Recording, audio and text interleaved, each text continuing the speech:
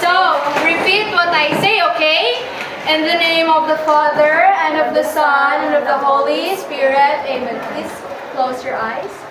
Dear Lord, giver of all gifts, thank you for the blessings Thank you for the blessings that you have given us today. that you have given us today. We are sorry for our faults, We are sorry for our faults, and we humbly ask your forgiveness. and we humbly ask for your forgiveness.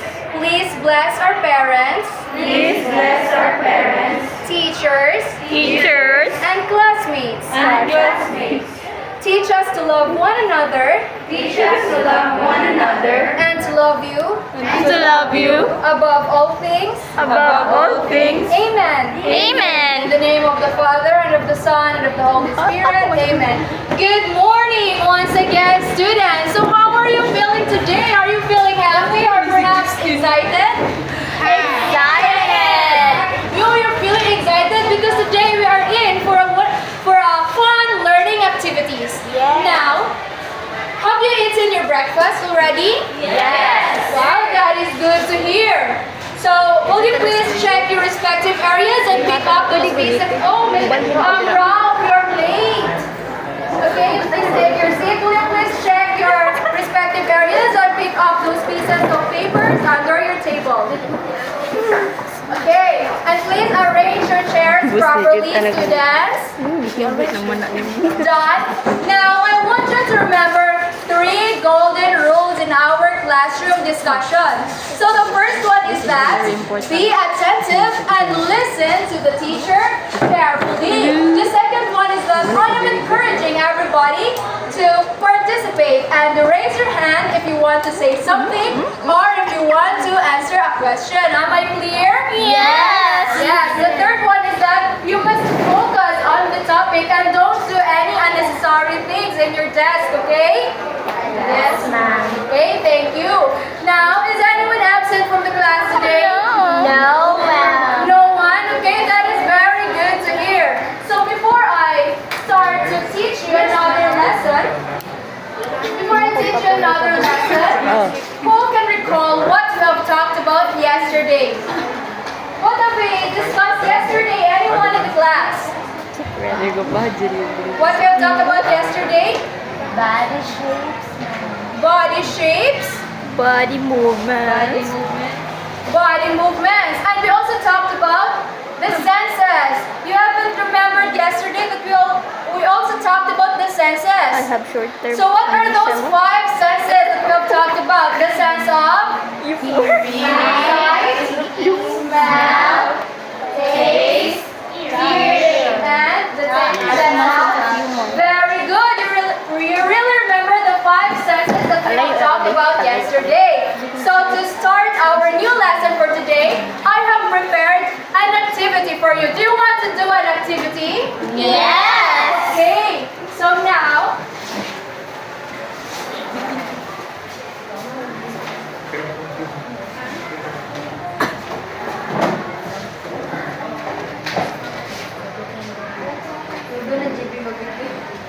Huh?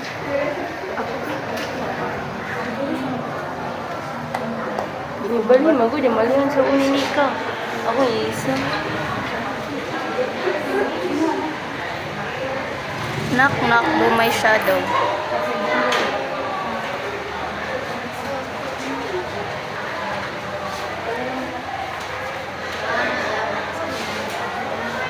Nice be kayo na. O siya motivation din. Ayaw yung motivation. Motivation? Ha? Ayaw niya. Alam din siya. Dili siya magkanta sa motivation.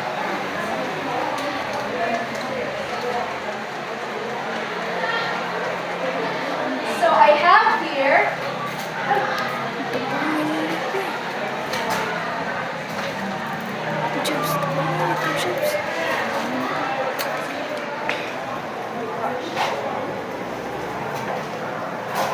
Ay, nalawa namin na surprise. So I have here 3 doors. So these are the 3 doors, and these doors contains a series or sequence of movements. So now I'm requesting everyone to please stand and participate in this activity. So this activity is called Knock Knock, Do My Shadow. So now, these three doors contains, as I have said, these doors contain series or sequence of movement. And in order for us to open this door, we must do a chant. Do you want to hear a chant? Yes. So follow me, okay? So the chant is knock, knock, knock. Do it. Repeat what I said. Knock, knock, knock.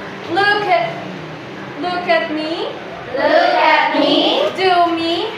Do me. Shadow me. Shadow me. Okay, again. Knock, knock. Knock, knock, knock. Knock, knock, knock. Look at me. Do me. Shadow me. Okay, I will pick someone to pick a door to open. Okay, Joanne.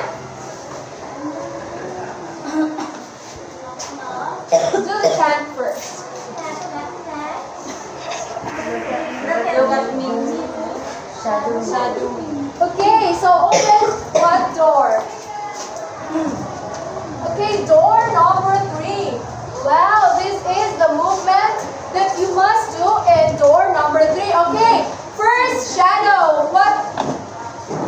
Look at the first shadow. Do the shadow 1. Okay, shadow number 2. Shadow number 3. Shadow number 4. Okay, participate. Jeff, why aren't you doing anything?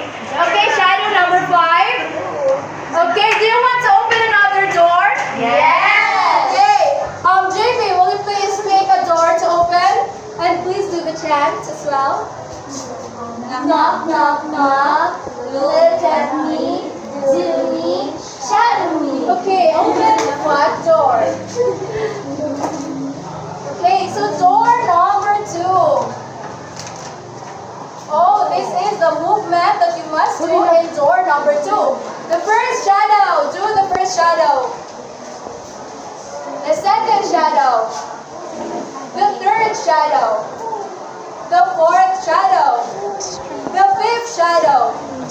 Okay, thank you. So let's open door number 3. Let's all do the chant, everyone. Knock, knock, knock. Look at me. Do me. Shadow me. Yeah, do the chant. Why aren't you doing the chant? Do the chant, okay? Knock, knock, knock. Look at me. Do me. Shadow. Okay, thank you, Jeff. So, door number 1. Let's see what movement should we follow in door number 1. Oh, shadow number 1. Let's do it all together. Shadow number 2. Shadow number 3. Shadow number 4. And shadow number 5. Okay, thank you everyone. You may now please take your seat. Because you did a great job, I want you to do the Coke clap. Do you know how to do the Coca-Cola clap? No. Okay, this is how you do it. 1, 2, 3. 1, 2, 3. Boom. Refreshing. Okay, let's do it all together. Everyone, 1, 2, 3, go. 1, 2, 3. 1, 2, 3. Boom. Refreshing. Okay, thank you for participating, everyone. So now I have a question. So based on our activity, how were you able to perform these body movements? Yes, imitating. We do the movements through imitating these shadows, or copying, or mimicking. Okay, so what are the body parts that you have used to show or to imitate these body movements? Arms and Arms legs. and legs. Okay, thank you everyone. Give yourselves a round of applause. Now, why do you think body parts and body movements are important? It provides. Okay, raise your hand. Okay, Dina. It provides structures and strength in doing activities. Yes, very good. It provides structures and strengths in doing everyday activities. If I have no hands, can I wave it? No. If I have no legs, can I walk? No. No as well. So it is really important for us to know the body parts and their movements. do you think is our topic for today? Body awareness. Body movements, okay. Our topic for today is about body parts and their movements. Very good. And today I am expecting that all of you will be able to identify the different body parts and their movements and value the importance of body parts and their movements in doing everyday activities. And the last one is that you will be able to perform body movements through a game called Simon Says. Now, are you ready to learn? If you're ready to learn, say I, teacher. I, teacher. Okay, very good. Now, let's, Ha? Dapat active ka sa... Isa? yeah, I will Sige, mag-post. So, our topic is all about body parts and movement. Hindi, minom mo. Focus sa cartoon show.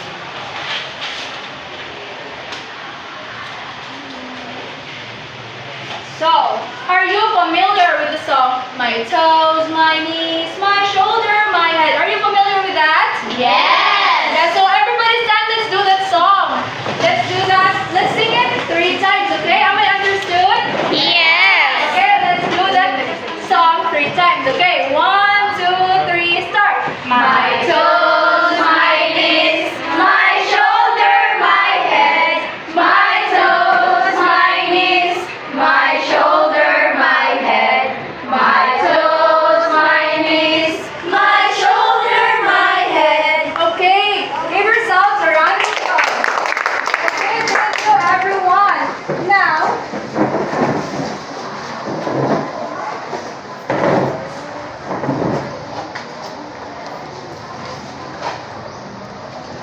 so based on the song, what was the first body part that was mentioned? Toes. The toes. So when do we move our toes? We move our toes when we Tiptoe. tiptoe. We move our toes when we tiptoe. And even those who dances, when they move their toes, right? Yeah. And those ballerinas, they move their toes like this. They tiptoe and they tiptoe. Actually, the movement of the toes, the basic movements that we do in our toes is that we move we point our toes forward, we point our toes backward, or we rotate it. Can you do it with me? Yes. So, move your toes. Point your toes forward, point your toes backward, and rotate it. Very good, everyone. So, the next one, what was the second mentioned body part in the song? Knees. So, knees. When do we move our knees? We move our knees when we Bend. we pray, we bend. Okay, and then when we yes, when we sit, we move our knees when we sit. Actually, the movements of the knees, the simple movements of the knees is that we can strengthen them. We can strengthen it like this, or we can bend it when we sit down. We strengthen it and we bend it. Can you do it with me? Okay, please do stand up, everyone. Okay, strengthen your knees. Strengthen your knees. Don't bend it, okay? So when we bend it our knees, we do it like this. Bend it, strengthen your knees, bend it. It's just like you're doing a yes, a squat. It's like we're exercising. Yes.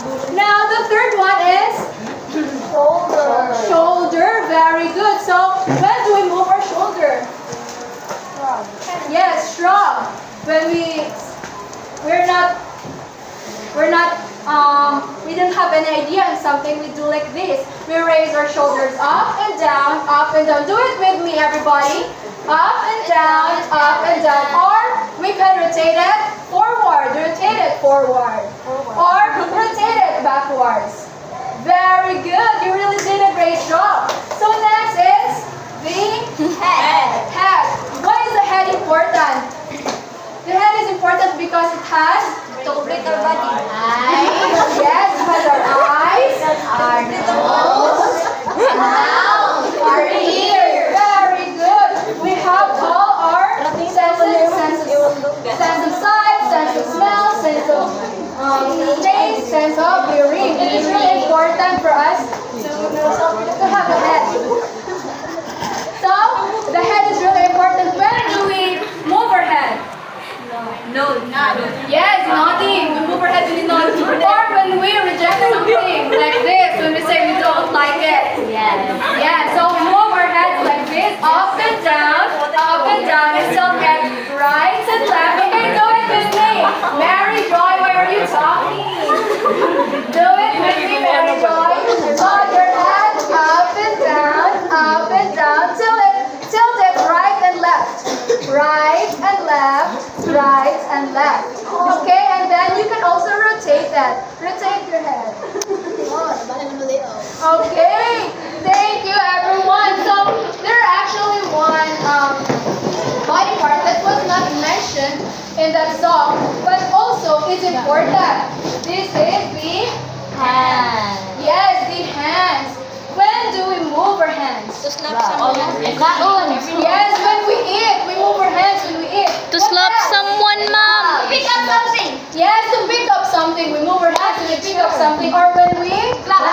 Yes, very good. When we clap, we move our hands. Or we wave. Very good. So we do a wave with our hands. Do it with me. To slap someone you don't like. To slap someone, that is not a good idea. To Oh, I slap just someone hear with that. your Oh my God, this. Okay, you can like jump, wave your hand, or shake your hands. Shake your hands. Again, let's do all movements together. Please raise, please rise. Let's do the movements together. So, the toes. The movement of the toes. Point your toes forward, point your toes backward, and rotate it. Hannah, please do it. Okay? Point your toes forward, point your toes backward, and rotate it. The knees. Strengthen your knees and bend it. Strengthen your knees and bend it. The shoulders. Raise it up and down, rotate it forward, and rotate it backward. Okay, the head, nod your head up and down, or tilt it left and right, okay? And rotate it, very good. The hands, do a wave. Okay, that's it. And then shake your hands, very good. So now you may now sit down, my dear students. So, have you learned something from what we have discussed today? Yes. You've learned something? Okay, let me test your learning. Do you want another activity? I cannot hear you. Do you want another activity? Okay, very good. So now, do you want to play Simon Says? Yes. This activity is all about Simon Says. Yes. Move your body. Do you want to meet Simon? Okay, let's meet Simon. So this is Simon. Wow. So this is Simon. Simon is color white. Yes, He's a vampire. Simon will tell you what to do. Malnourished white. Do you want Simon to tell you what to do? Yes, okay. And I will place a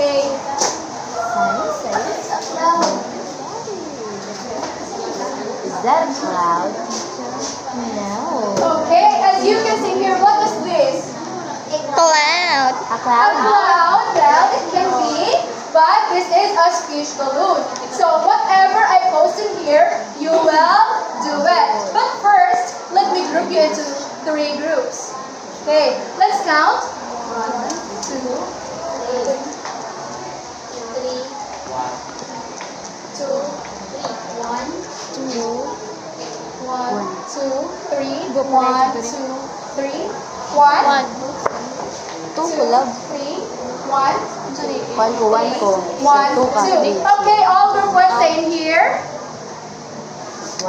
All group 1, please stand and stay in here in this place.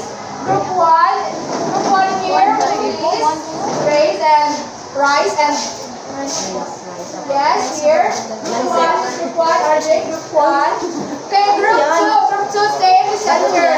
At the back. Stand at the back. Group 2 is, please rise. Group 2. Yes, group 2. Okay, stay at the back, please. And group 3, please stay in here. 3 and 1 is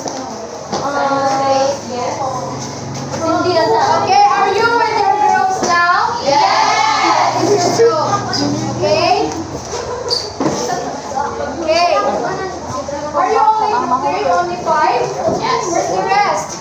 Okay, please settle everyone. Okay, now, what you're going to do is that I will post the word, I will post something that you will do in here, and you will first read it. And once you read it, you perform the movement 3 times. And once you already do the movement 3 times, okay, please listen to me. Don't dance because we haven't started our activity yet. So, anyone, please don't listen. Don't do any necessary movement because I will be grading you according to how well you're behaving with your group and how well are you going to cooperate with your group. You will get 3 smiles, which means you're excellent. Okay, now, what we're going to do is that I will post something in here and read it. Then after you read it, is that you do the movement 3 times. And once you're done doing the movement 3 times, you're going to say, "Got it, Simon." Have I understood? Say it, group 3. Got it, Simon. Group 2. Got it, Simon. Group 1. Got it, Simon. Okay, so first, what Simon wants you to do is that, okay everyone, please be attentive. Okay, Simon says, do the Got it.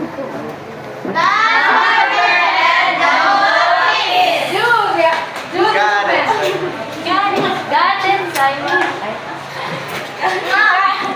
Got it, Simon. Say it with me.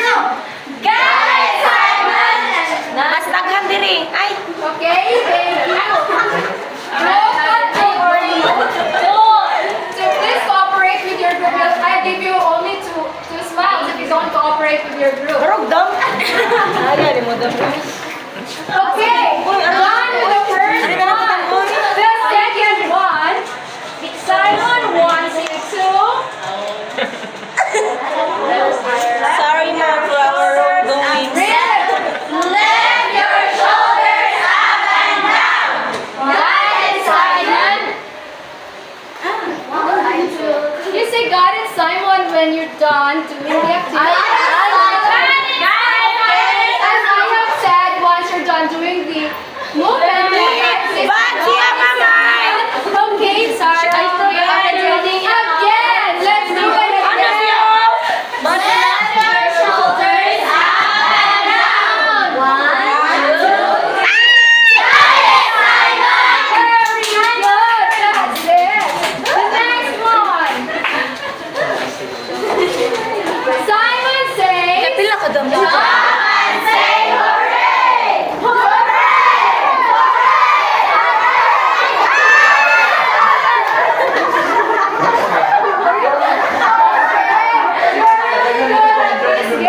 okay, the next one. What Simon wants you to do is Shake hands and say hello.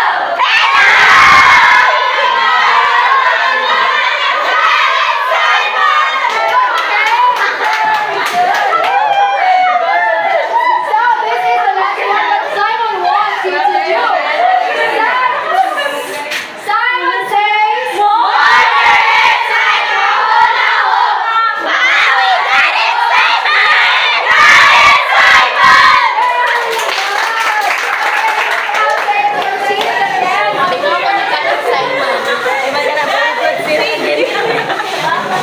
I like Simon Simon says that is really good. Now, please settle down with your students and look at your teacher. So now, I know that you already understood our topic for today. So I have prepared questions for you. I mean assessment. I will give you a test to know if you really did understand the lesson.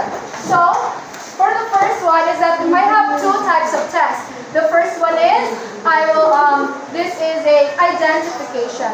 You will be, a matching time. You will be matching the body parts in column A and match it, draw a line to match it with its corresponding movement in column B. And for the second type of test is, it will be true or false or smiley or sad. So you will be drawing a smiley if it is true.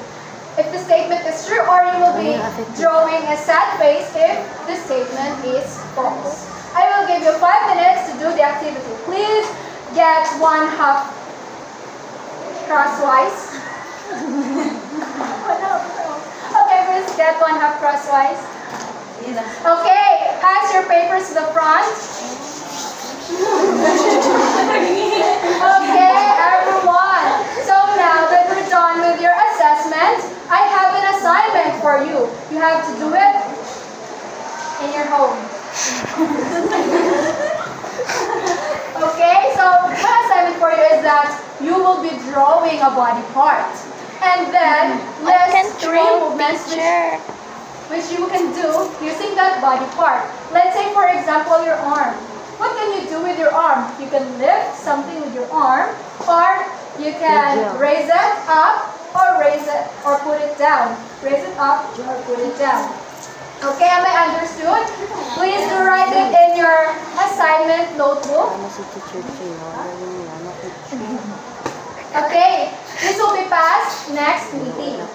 Now to conclude this lesson, I have a poem. And I want you to repeat after me. Am I understood? Yes. Okay. So the poem is entitled, All of Me. All of me. What would My I do? hands are for clapping. My hands are for clapping. My arms can hug tight. My arms can hug tight. My fingers can snap. My fingers can snap. Or can turn on the light. Or